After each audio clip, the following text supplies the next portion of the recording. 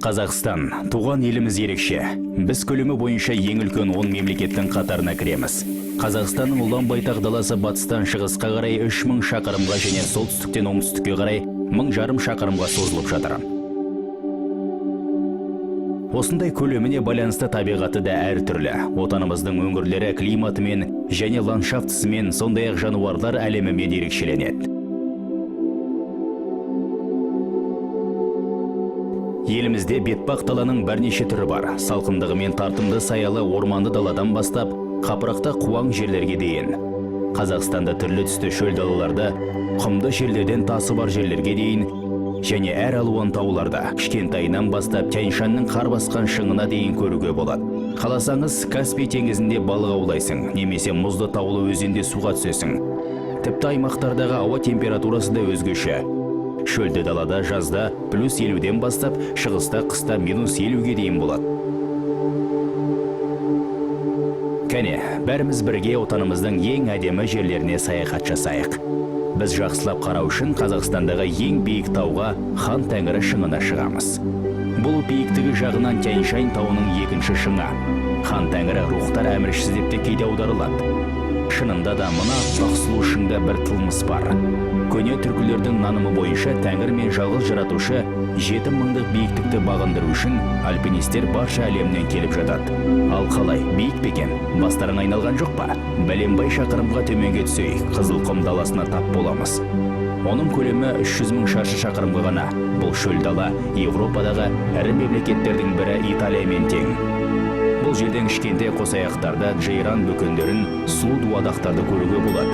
Эфа мен Гюрза сынды улы жыландар да мекен етеді. Ыстық шөл даладан кейін міндетті түрде салқынданып суық теңізге шомылуымыз керек. Ал міне Қазақстанда теңіз өте көп.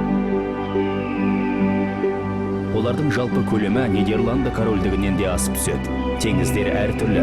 Құрғап қалған Арал теңізінің бойында үлкен айбырлылық кезеңі сақталған. Балқаш теңізі нағыз ерекшеліктің белгісі. Оның суы тұщы да, ащы да.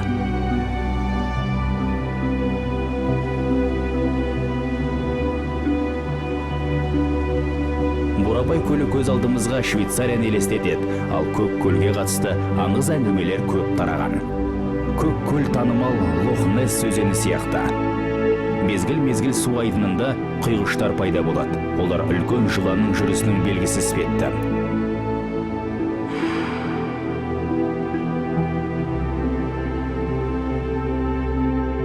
Жалғыз сәйкестік бұл емес. Әлемдегі ең сұлу жерлердің бірі Американдық Аризона штатындағы үлкен каньон.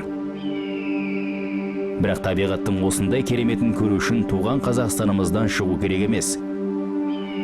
Шарын каньонның американдық жермен оңай шатастырып алуға болады.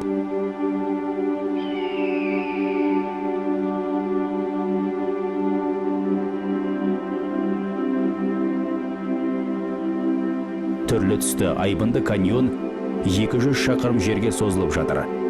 Оның әр жері бір-біріне ұқсамаған, табиғат оны ерекше қиялмен жаратқан.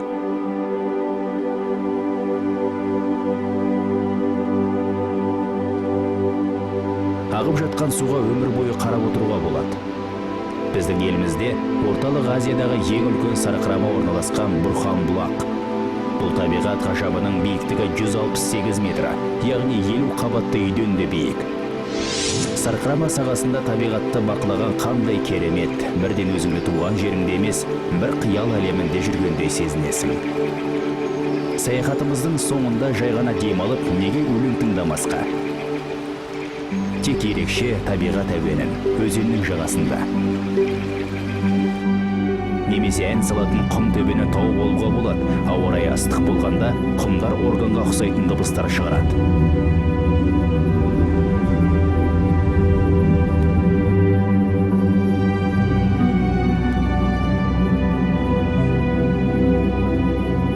Бұл дыбыс бірнеше шақырым жерден естіледі. Бір қызығы, мұндай құм төбелер көшіп қонып жүрмейді. Мыңдаған жылдар бойы бір орында тұрады. Қазақстанның табиғаты керемет. Онымен монитор арқылы таныспай, жол дорбаны иық қасып, саяхатқа шыққан жөн.